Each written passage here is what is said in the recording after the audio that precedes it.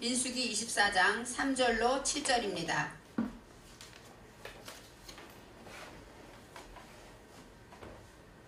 그가 노래를 지어 가로되 부올의 아들 발람이 말하며 눈을 감았던 자가 말하며 하나님의 말씀을 듣는 자 전능자의 이상을 보는 자 엎드려서 눈을 뜬 자가 말하기를 야곱이여 내 장목이 이스라엘이여 내 거처가 어찌 그리 아름다운고 그 벌어짐이 골짜기 같고 강가의 동산 같으며 여호와의 심으신 향목들 같고 물가의 백향목들 같도다.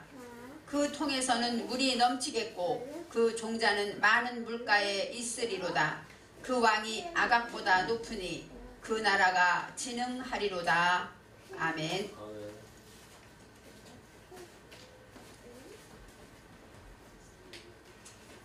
오늘의 말씀의 제목은 어찌 그리 아름다운고입니다. 어찌 그리 아름다운고.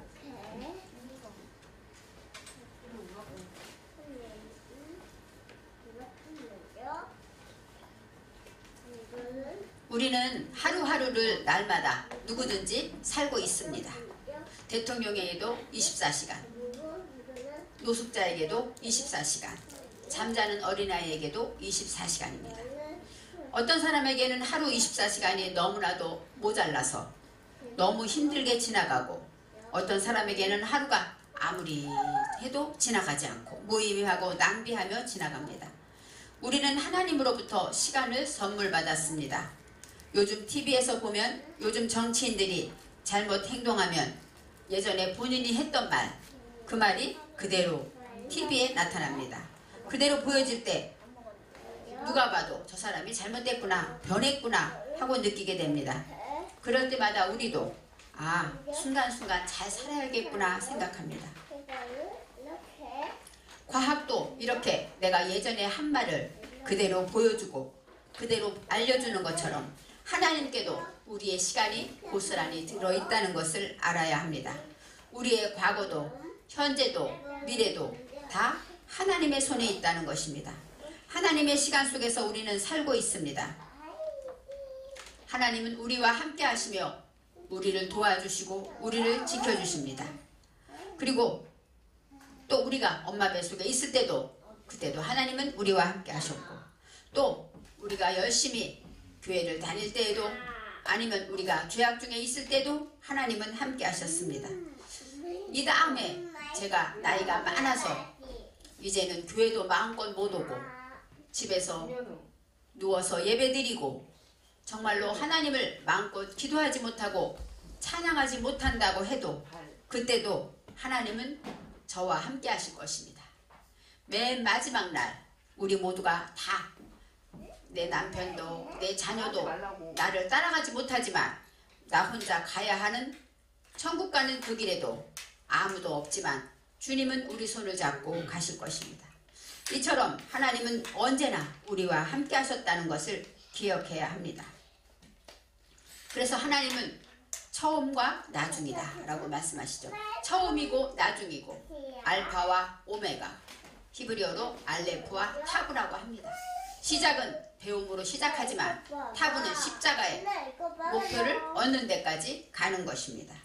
이처럼 하나님은 우리의 시간에 함께 하시고 또 사순절 기간에 우리가 주님이 우리를 위해 십자가 지신 그 사랑을 다시 한번 생각해 보면서 이때도 하나님은 우리와 함께 하시는구나 깨닫게 됩니다.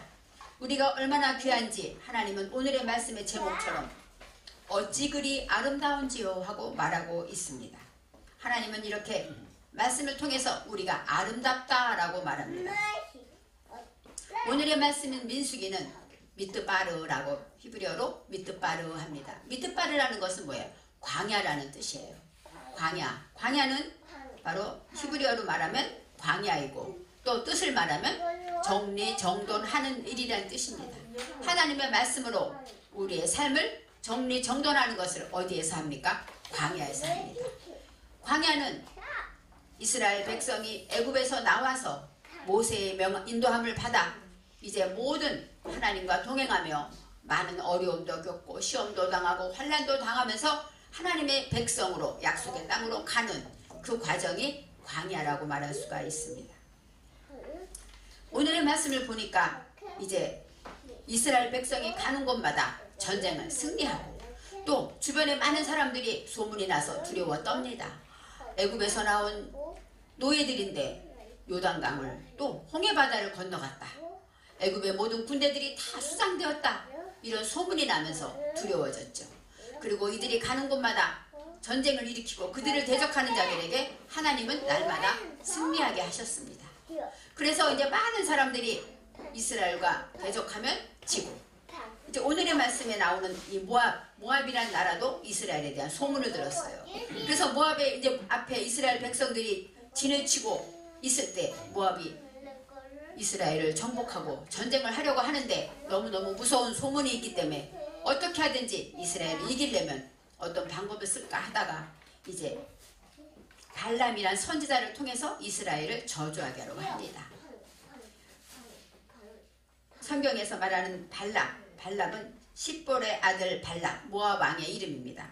십볼의 아들 발락이라고 합니다. 이 십볼이라는 것은 춤추다, 뛰어넘다, 돌아가다 이런 뜻이 있어요. 이 발락은 황폐케 하다, 다 텅 비게 하다. 그러니까 이 발락이라는 사람은 어떤 사람이에요? 다 폐허가 되게 만드는 그런 사람이라는 것이에요.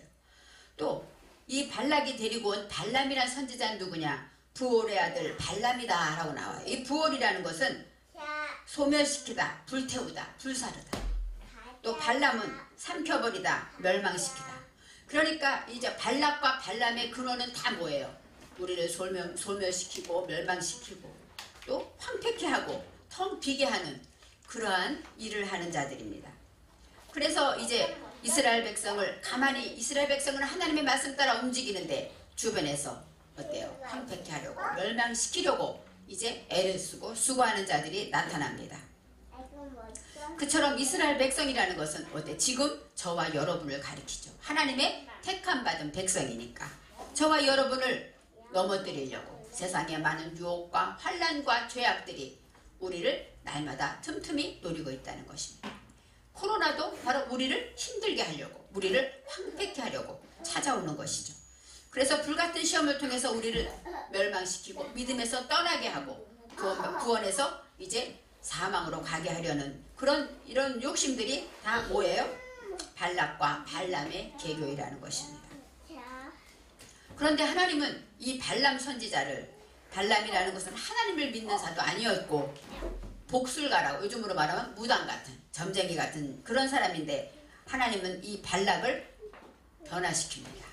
나귀를 통해서 깨닫게 하고 하나님의 음성에 불순종하는 발람에게 여러 가지 재앙을 내림으로 이제는 하나님 말씀에 순종하는 자로 만들어가죠. 그래서 이스라엘을 저주하려고 불렀지만 하나님은 가서 저주할 때마다 그 입에 하나님의 말씀으로 축복하게 되죠. 오늘도 세 번째 예언하게 되는 장면에 이제 오늘의 말씀입니다. 3절에 그가 예언을 전하며 말하되 부올의 아들 발람이 말한다. 이렇게 말해요. 부올의 아들 발람 뭐예요? 소멸시키고 멸망시키고 황폐케 하려는 발람이 선언한다. 이렇게 말하고 있습니다.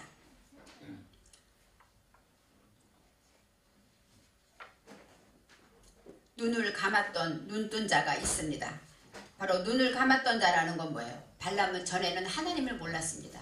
하나님이 어떤 분인지, 하나님이 살아계신 분인지, 하나님이 이스라엘을 얼마큼 사랑하는지 몰랐어요. 그래서 눈을 감았기 때문에 모두 어두움이라 분별하지 못하고 할 바를 알지 못했는데 나귀를 통해서 깨닫고 이제는 눈을 뜨게 되었다 하고 말합니다. 눈이 열려진, 그래서 위풍당당하고 힘있게 이제 하나님으로 인하여 살아가는 이 발람이 자신이 눈을 감았었다. 그래서 나는 어두움이 있었지만 이제는 이스라엘 백성을 축복하는, 저주하려고 갔지만 축복하는 자리로 갔다고 본인이 고백하고 있습니다. 4절 말씀에 하나님의 말씀을 듣는 자, 전능자의 환상을 보는 자, 엎드려서 눈을 뜬 자가 말한다 하고 말해요. 바로 본인에 대한 얘기예요. 나는 이제 하나님의 말씀을 듣고 있다. 또 전능자의 환상을 보고 엎드려서 눈을 떴다 라고 말합니다. 바로 하나님의 환상을 본다는, 엎드렸다는 건 뭐예요? 나팔은 쓰러지다, 떨어지다, 죽음을 느낀 것이죠. 이 나팔은 바로 어떤 뜻이냐면 하나님 앞에 땅에 얼굴을 대고 경배하다 이런 뜻이 있습니다. 바로 하나님 앞에 경배하고 땅에서 쓰러지고 떨어져서 정말로 이제 하나님이 나의 구주입니다. 하나님이 정말로 유일하신 분이군요. 깨닫게 돼서 눈을 뜨게 됐다. 눈을 뜨다가 깔라입니다. 깔라는 어떤 뜻이냐면 벗겨내다. 나의 죄를 벗겨내고 나의 잘못된 거 내가 눈 감고 있었음을 폭로하고 다시는 이런 짓을 하지 말아야지 깨닫게 된 것, 이것이 바로 눈을 뜬 자라고 말할 수가 있습니다. 이 말하다가 나암이라는 것은 뭐야? 선포하다, 명령하다 이런 뜻이에요. 그러니까 발람이 하는 것은 바로 하나님의 말씀을 선포하는 자리라고 말합니다. 이제 5절 말씀에 이제 예언하는 그 말씀이 나옵니다.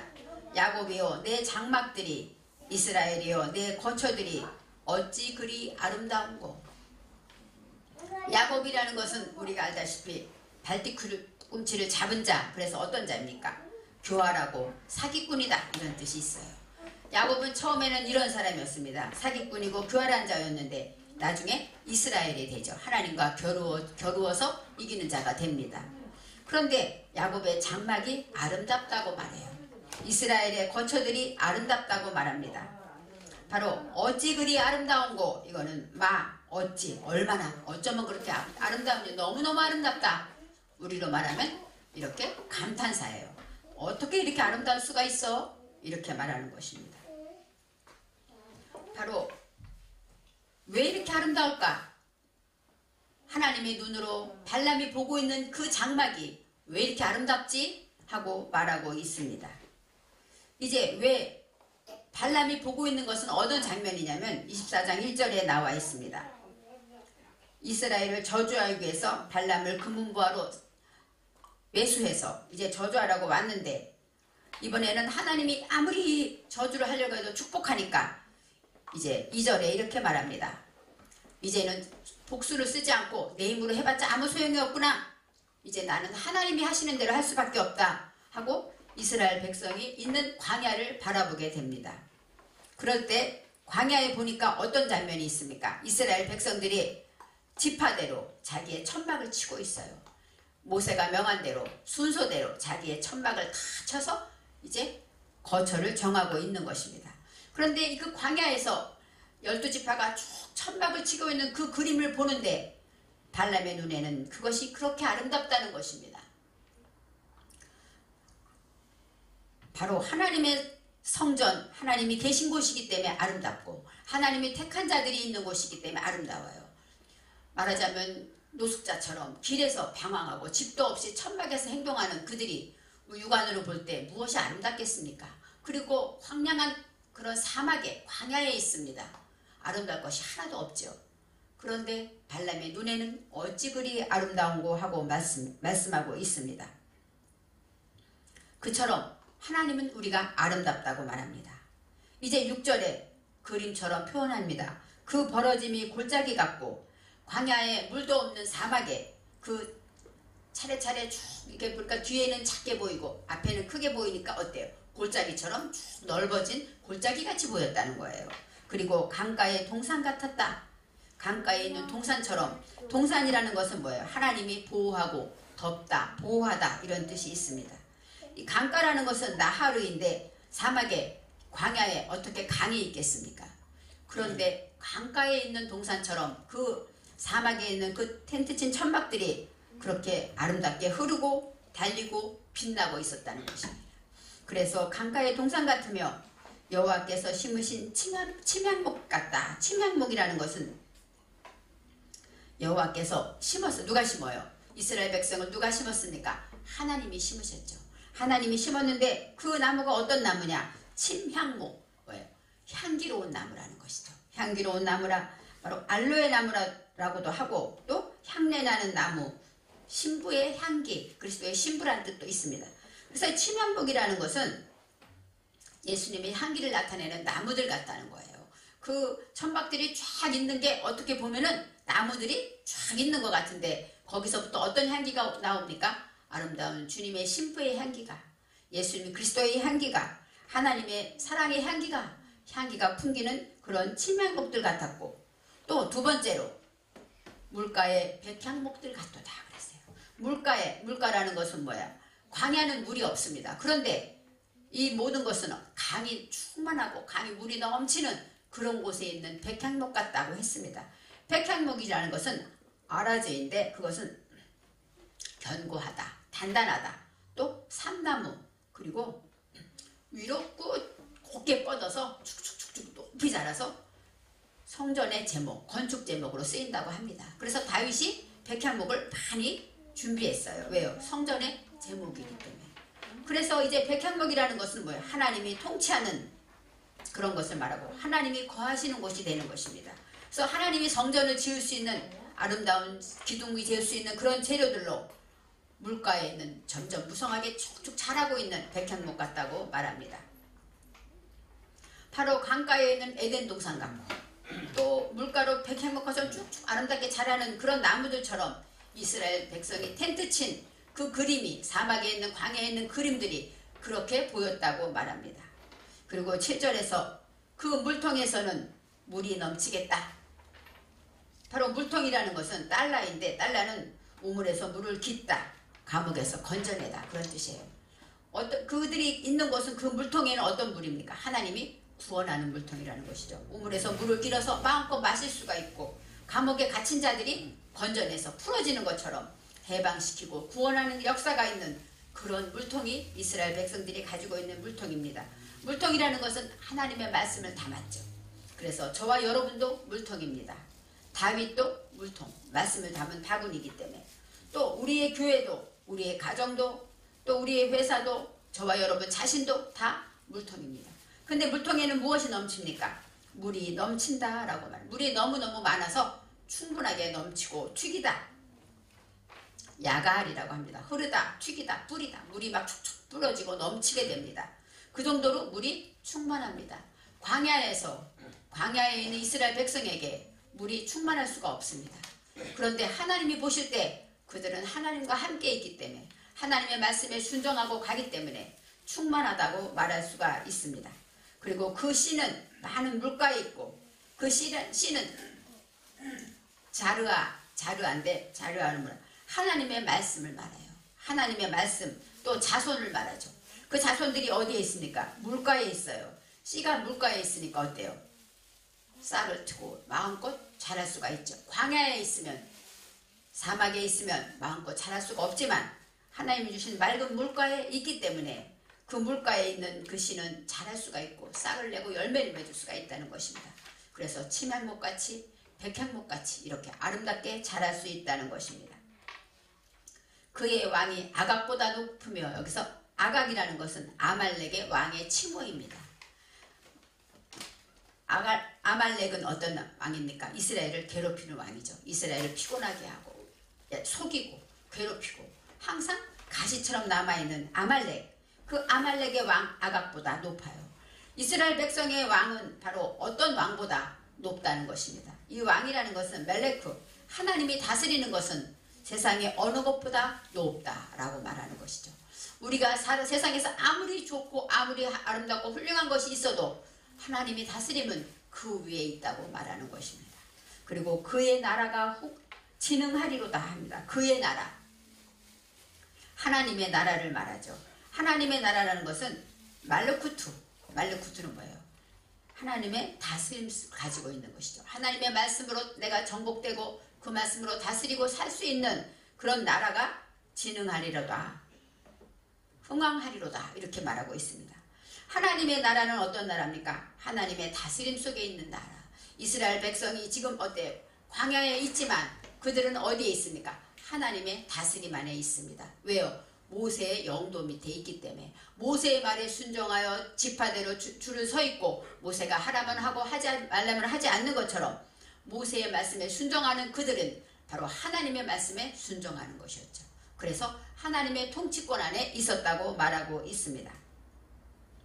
이제 하나님을 저주하려는 자, 그리고 하나님을 저주하기 위해서 이 모압 왕이 이렇게 괴를 쓰고 어떻게 하든지 이스라엘 백성을 괴롭히고 이스라엘 백성을 멸망시키기 위해서 세상의 마귀들이 너무너무 가만히 두지 않습니다. 우리 믿는 성도들 믿음으로 살아야지, 말씀대로 살아야지 하지만 세상에 많은 환난과 풍파와 많은 욕심들이 넘어뜨리려고 이렇게 발락처럼 찾아옵니다. 그렇지만 하나님은 그것을 어떻게 만드십니까? 변화시키고 하나님이 보시기에 아름답도록 만들어서 이스라엘을 축복하게 하시는 것입니다. 우리가 하나님의 통치권 안에 하나님의 말씀 안에 있다면 세상에 있는 어떤 사람도 하나님보다 높을 수가 없어요. 그래서 그들이 아무리 우리를 저주하게 하고 우리를 아무리 힘들게 하려고 해도 하나님은 그들을 바꾸어서 우리를 돕는 자가 되게 하신다는 것입니다. 우리는 이런 문제 때문에 힘들고 이 문제 때문에 어려워하고 이것 때문에 고민하지만 하나님은 우리를 도울 자를 세상에 예비하고 준비하신다는 것이죠. 그래서 그 사람은 우리를 힘들게 할 것 같지만 막상 이를 만나고 하나님이 도우시면 그들은 우리를 돕는 자가 됩니다.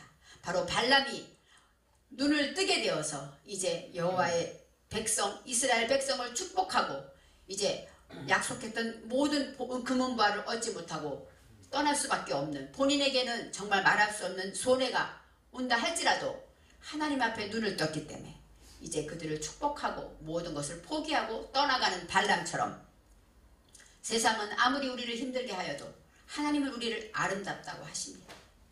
그리고 또 하나님은 이렇게 말씀한 것처럼 축복하고 하나님은 온전히 너희를 축복하는 자에게 축복하고 저주하는 자를 저주하리라 하신 그 말씀처럼 이렇게 이스라엘 백성과 맺은 이 언약은 창세기 15장에 아브라함과 맺은 언약입니다. 아브라함이 되기 전에 그 얘기는 뭐예요? 구원받고 99세가 지나서 아브라함이 되는데 그 전에 아브라함은 무엇이에요? 하나님의 말씀으로 양육받고 온전하지 못하고 부족할 그때 하나님은 아브라함과 약속했어요.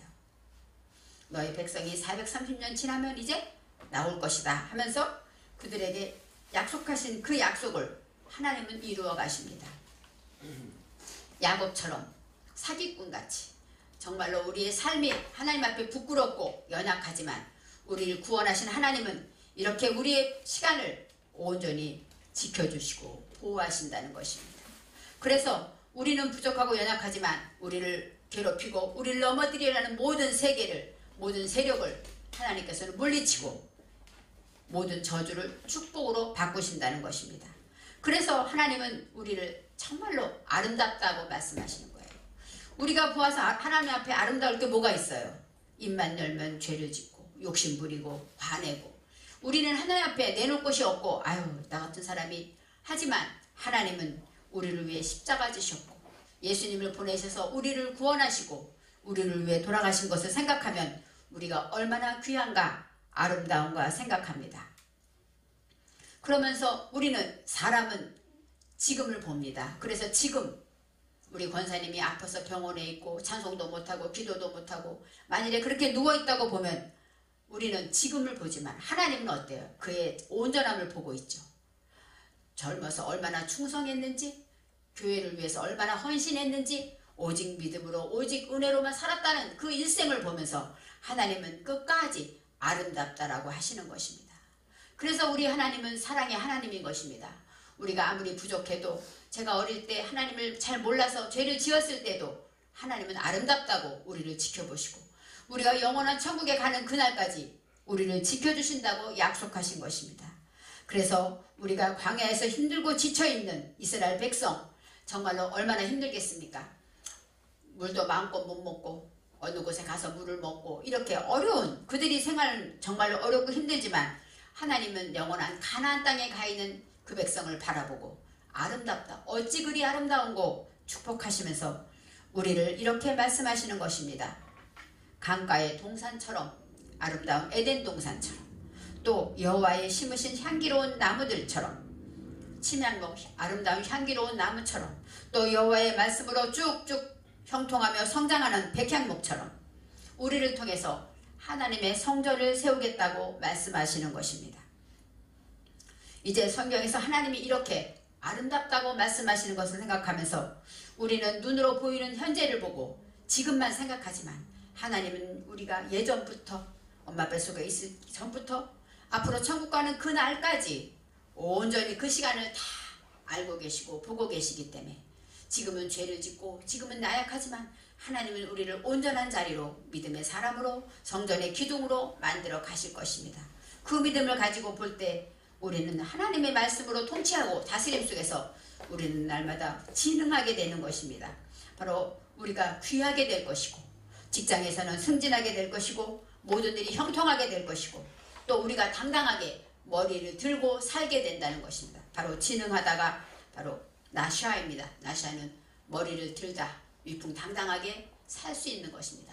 세상은 아무리 우리를 힘들게 여러 가지로 어려움을 오게 하고 눈만 뜨면 오늘 하루 어떻게 사나 걱정이 올 때도 있지만 하나님은 우리와 함께 하셔서 당당하게 살게 하시고 직장에서 승진되게 하시고 또 어디 가나 모든 사람이 귀하다 인정받는 사람이 되게 하신다는 것입니다.